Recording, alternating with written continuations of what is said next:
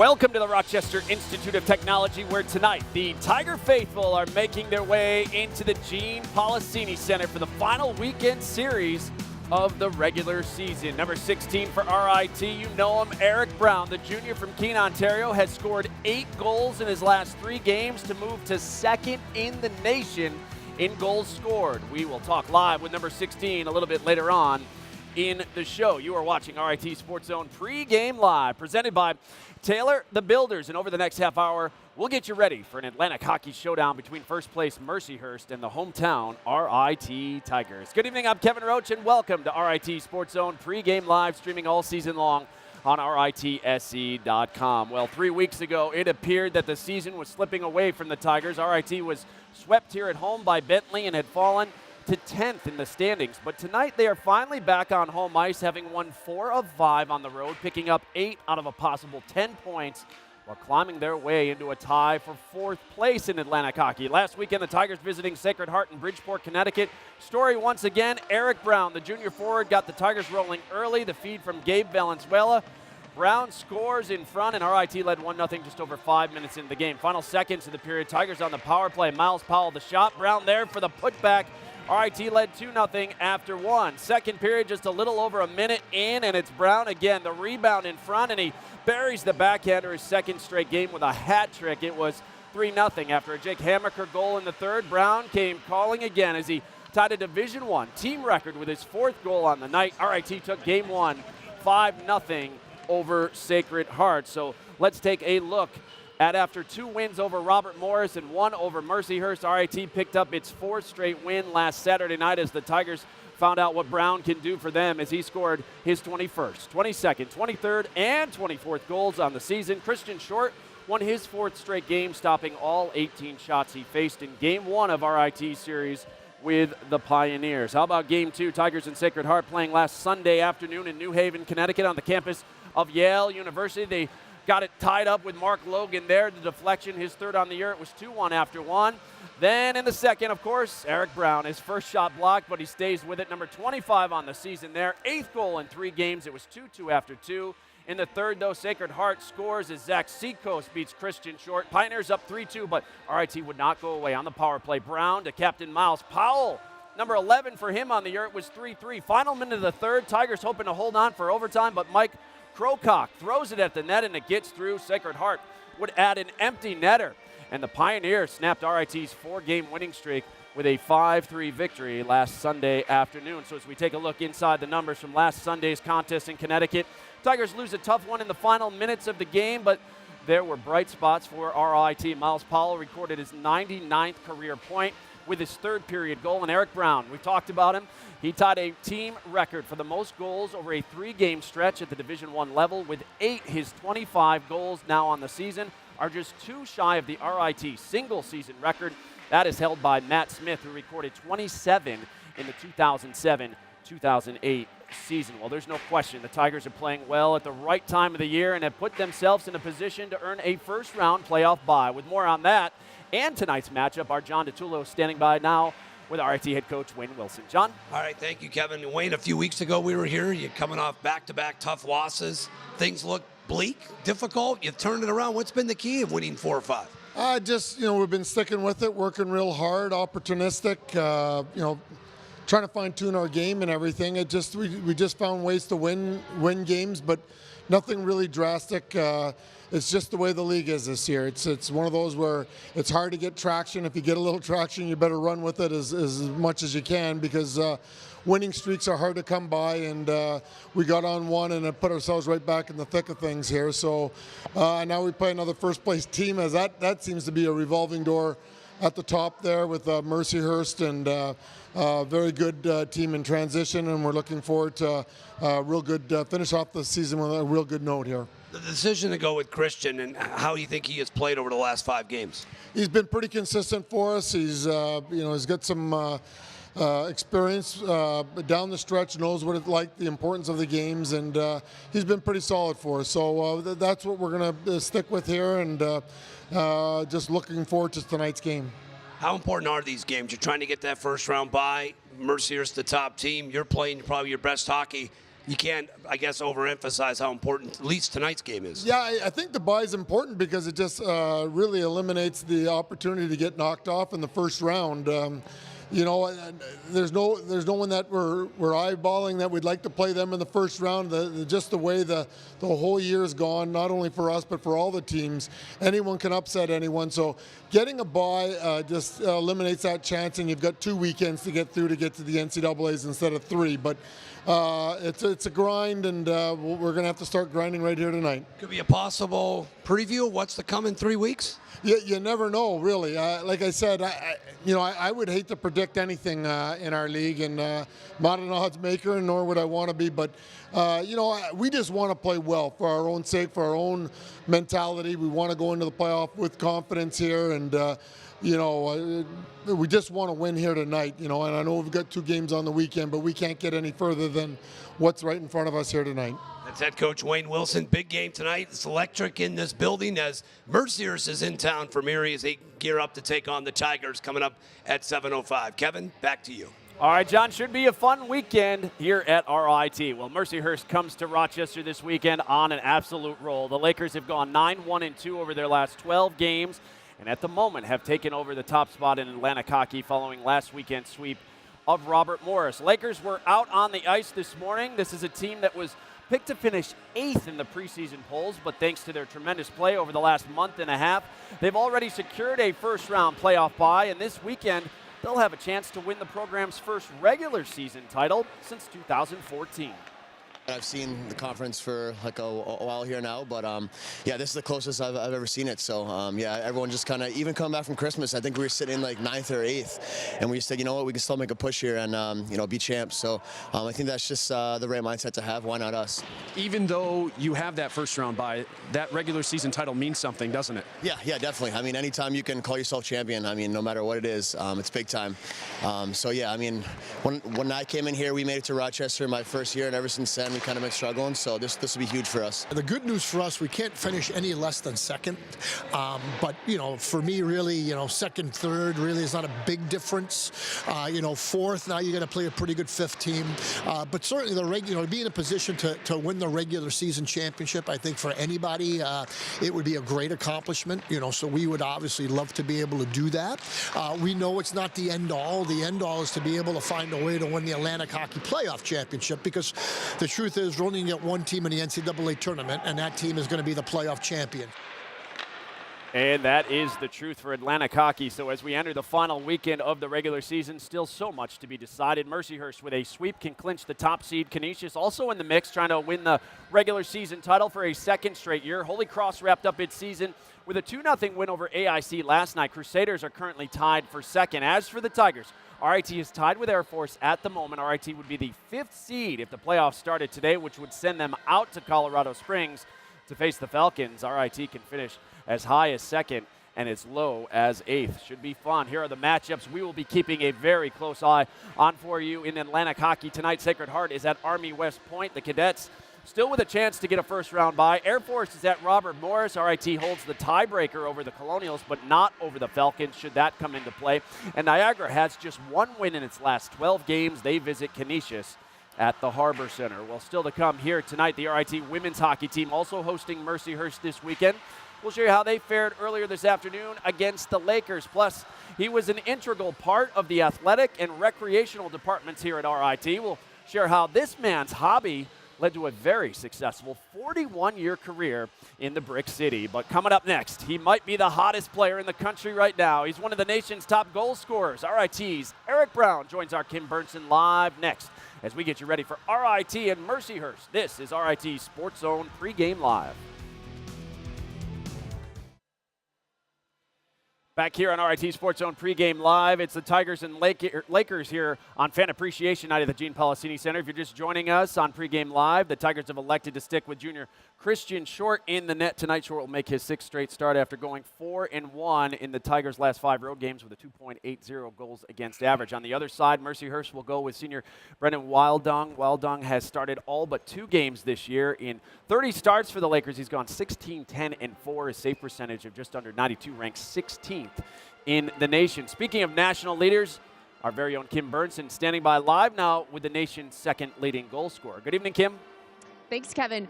Eric, you've had a lot of offensive success on the road, especially 8 goals in 3 games. How do you plan to carry that over here to your home ice at the Gene Policini Center?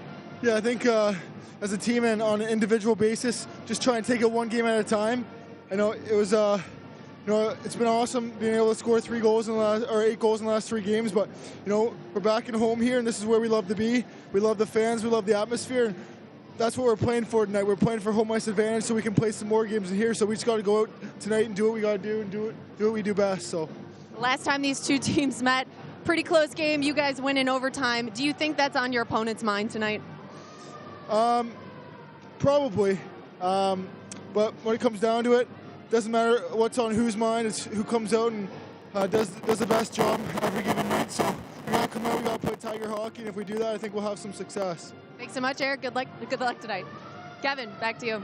All right, thanks so much, Kim. We'll look forward to your reports throughout the night. The RIT women's hockey team hasn't won since November 4th when they stunned Boston University in overtime. That's a span of 22 games without a victory. Today, the Tigers were looking to snap the unpleasant streak against Mercyhurst. Tigers and Lakers were scoreless after 1 period. We pick up the action in the second. Mercyhurst Sam Isabel breaks the scoreless tie as she puts the wrister by Jenna DeYoung. It was 1-0 Lakers. Just over 3 minutes later, Vilma Tanskanen feeds Sarah Hine in front and puts Mercyhurst up 2-0 after 2 as Jenna DeYoung, you watch her here, not able to rotate back in time to make the stop. In the third, the Lakers on the rush, and Hine returns the favor. Vilma Tanskanen scores. Mercyhurst pulls into a first-place tie at the moment with Robert Morris following a 3-0 win over RIT. RMU playing at Syracuse tonight. If you're looking for something fun to do tomorrow, come on out and join us as both the men's and women's hockey teams will host Mercyhurst for Senior Day. The women will bid farewell to seniors Lauren Carroll and Darcy Henderson. Face-off between the Lakers and Tigers is at 1 o'clock for the women's game. You can get your seats at RITtickets.com or by visiting the Policini Center box office. Well, a key member of the RIT community retired last week after 41 years of service. Greg Moss finished his career as the senior director for the Center of Recreational Sports. But over his 4+ decades here, the Moss man juggled so many different roles and responsibilities as his contributions have left an indelible mark on the entire campus. We all have hobbies, but Greg Moss is one of the lucky few who has cashed in on his. Moss started juggling in college, and shortly after graduating, he proposed the idea of teaching his craft at local schools, including RIT. I was really excited because I was thinking probably I wouldn't get a bite on it, and Bruce Proper, the director of phys ed, he was a baseball player, catcher with the Dodgers, and they had brought in some jugglers for spring training for eye-hand coordination, and he really loved the idea and called me in for an interview and hired me, and I started the very next week. That was in 1976, and Greg Moss has been a Tiger ever since, holding numerous positions throughout the years, including Supervisor of Equipment Services, Senior Associate Athletic Director, and Senior Director of the Center for Recreational Sports. When you look at Greg's humble beginnings at RIT, I think that really is where the value of that you can see it the best. He literally scratched and clawed his way to get his foot in the door at RIT, teaching 11 juggling classes at first as an adjunct, and then really working his way all the way to the top. With bigger roles came greater responsibilities for Moss, who was heavily involved in the planning and construction of several new facilities. It's been awesome for me. I mean, we did so many different things, not just the field house and the SLC, but we had the turf field go up during that time. We did at the stadium, we put in new bleachers there, fields got renovated. It was really spectacular that we could get all those facilities for the students. And we have some of the finest recreation and athletic facilities around right now. I truly believe that. The impact he's had on the campus can be seen, but Moss has also done so much for so many behind the scenes too. He's still very much involved with our team, which we love. And him and his wife Barb come down when we have our early morning flights, and they set up breakfast for the team at 3 o'clock in the morning every year, and just goes out of his way. That's just the type of guy that he is, and he just he does those little things that no one else on this campus knows about, but the people directly involved. His efforts have led to several honors. This past fall, he was inducted into the RIT Sports Hall of Fame. And since the Division III days, one men's hockey player has earned the Greg Moss Hard Hat Award at the end of each season. The hard hat is someone that probably goes a little unnoticed. It's not who's got the most goals, who makes the most saves, that type of thing. It's someone that does all the little things that you need in order to win games. And I think Greg did a lot of little things behind the scenes to make the athletic department run more efficiently. Moss spent his final week at RIT hard at work as always, but he also took some time to reflect on a job well done and the reason why he stayed 41 years. The camaraderie with the students and the student athletes, that's really special to me. I try to stop and say hi to everybody over at the SLC and, still keep my connections with the athletes here, the teams that I supervised. And that's what I'll miss the students first, and then all the staff I've worked with. Just amazing people, That's, people say, how'd you stay here for 41 years? And it's like, it's the staff and all the friendships and relationships I've established with people over the years. It's been awesome. Yeah, Greg Moss retired 1 week ago today, and he was here on campus today delivering a cookie cake to the women's hockey team before their game here today. Retirement, it won't keep Greg Moss away from the place that he loved and served so well. Congratulations to him on his retirement. Well, still to come on the program, we look back at the last time these two teams played here on senior weekend. Plus, John and Gene will join us to break down tonight's matchup between RIT and Mercyhurst. That's all straight ahead. This is RIT Sports Zone Pre-Game Live.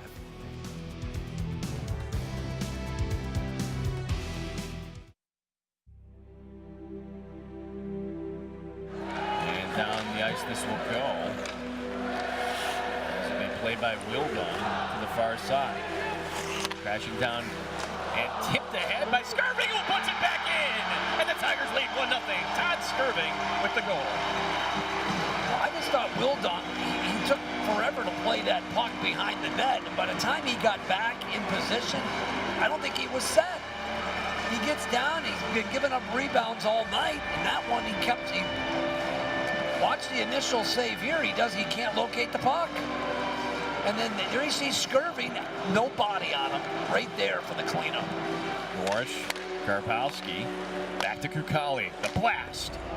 Oh, it's in! No, it's waved off immediately.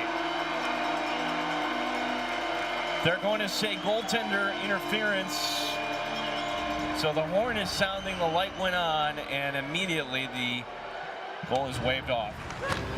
Odo ahead. Here's Charbonneau. Wow, he scores!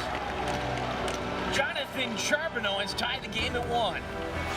Gettinger set in front, and that just goes wide. 1 minute remaining. Gettinger knocked down by Powell. And another block shot here by the Tigers, and that goes to the near corner. Wildung's leaving, Gino. Wildung is off the ice. Never ever see this in a tie game. The extra attacker on the ice. The Tigers can win it with the empty net. Will this do it? The Tigers are the 3rd seed. Are you kidding me? Oh, a tremendous finish on what was senior night 4 years ago. A couple guys you see in that flashback were freshmen back then. They're seniors here tonight. Overall, RIT leads the all-time series with the Lakers and has dominated the last 10 meetings, going 7-3, which includes the 2015 Atlantic Hockey Championship. Overall, both teams have 3 conference titles, although the Lakers have not won it since RIT entered the conference back in 2006. Air Force entered at that time as well. Well, tonight marks the 3rd meeting between these two schools this season. Of course, the first 2 games had to be made up over the last 2 months after 7 feet of snow canceled their December matchup down in Erie. Joined now by John DiTullio and Gene Battaglia. And guys, in those 2 earlier season matchups, these 2 teams combined to score 20 goals while splitting the series in Erie. Knowing what's at stake for both these teams, we should be in for an exciting weekend. Oh, yeah. Whenever Mercyhurst comes in, Kevin, always a fun game. Good evening to you. And John, February we know is the shortest month, but my goodness, it feels like a long month when you consider last time we were here, we hadn't even played the Super Bowl yet. And last time we were here, we were practically running off the Tiger season. They did not look good in back-to-back losses to Bentley. They changed goalie, and all of a sudden things have completely changed. But talking to Wayne this week, he goes, our system didn't change. We just started, taking care of the puck getting timely goals, getting timely saves. System didn't change. The only thing that changed was our confidence. And now they've won 4 or 5, and now they got a chance to even climb up in the standings. But they got to go through a Laker team that's only lost twice in 2018. Yeah, the Lakers cannot finish any worse, as we mentioned, no lower than second, and they can win the regular season crown this weekend if they get some points and things go their way. Certainly a team that can roll 4 lines. And one of the coach's sons, there are 2 Rileys. Jack Riley, 15 goals on the season, our player to watch. Just a phenomenal player, 1 point shy of 100 career points. He's a 5th-year senior. He's a Hobie Baker finalist, 28 points in all.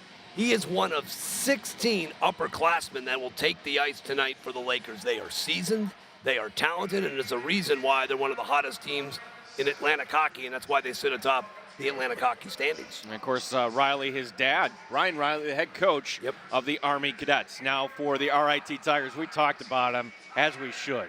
Eric Brown is putting this team on his back right now. EB has been putting on a clinic. Brown coming off, he has 8 goals in his last 3 games. He has 25 goals now on the season. He has been a dynamic player really all year long. And we know how great he is on the power play, but as you mentioned, Gino, they needed to get wins, and over this certain winning streak, number 16 has carried him. And the best part, he still has another year to go here with the Tigers. Yeah, it's senior night tomorrow night, but we'll get another year of Eric Brown. Okay, John, Friday nights have not been kind to the RIT Tigers. No. What gives? What's up with that? It's a great question. This building hasn't been very kind to the Tigers this year. They've got to be able to get 2 points tonight because, listen, they can finish as high as 2, but they can finish as low as 9th in terms of the final standing. So tonight, it's an important game not only for the Tigers, but for the Lakers. Well, you look at the keys of the game tonight, John. What do they have to do? Well, you know what? Mind strong. Talking with Wayne this week, he says, you know what? Our habits are better. We're getting close. Our confidence is better. We're handling frustration better. It's having that mindset. That's big. Merciers, man up. The number 1 power play in Atlantic hockey. They're 6th in the country. This team loves to get a man up, and they will take full advantage of it. And now, Short and Sweet. Oh, who is that? That's Christian Short. All of a sudden, he's been given a second opportunity now to man the pipes. And boys, he's stepped up the last 5 games. He's played very well, winning 4 of his last 5 starts. For them to get to where they want to go, I think it falls on number 1. They've got the talent, they've got the defense, they've got the scoring. Do they have the goal? We're going to find out. Well, we'll have face-off coming up here at 7:05. Kevin, you work all year to get to this point. Should be fun here tonight. Yeah, guys, can't wait. Looking forward to it. See you in just a bit. Still to come here tonight, we'll tell you how you can get your hands on some RIT senior mementos as face-off is nearing between RIT and Mercyhurst. This is RIT SportsZone Pregame Live.